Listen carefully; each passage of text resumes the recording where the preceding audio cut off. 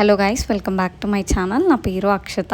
ఈరోజు నా ఛానల్లో గుంత పొంగనాలు ఎలా చేసుకోవాలో ఈ వీడియోలో అయితే చూసేద్దాం. మేమైతే కట్టెల పొయ్యి మీద చేస్తున్నాము గుంత పొంగనాలు. నాకైతే చాలా ఇష్టం, నేనైతే మంచిగా తింటాను. అండ్ అట్లానే మనకి కట్టెల పొయ్యి మీద చేసుకుంటే ఇంకా చాలా బాగుంది టేస్టీగా. కానీ తీసేటప్పుడు మాత్రం కొంచెం కష్టం అయి ఉండే. ఇంకా కష్టమైనా కానీ ఇష్టంగా చేసుకున్నాం కదా, చేసుకొని అయితే మేమైతే మంచిగా తిన్నాం.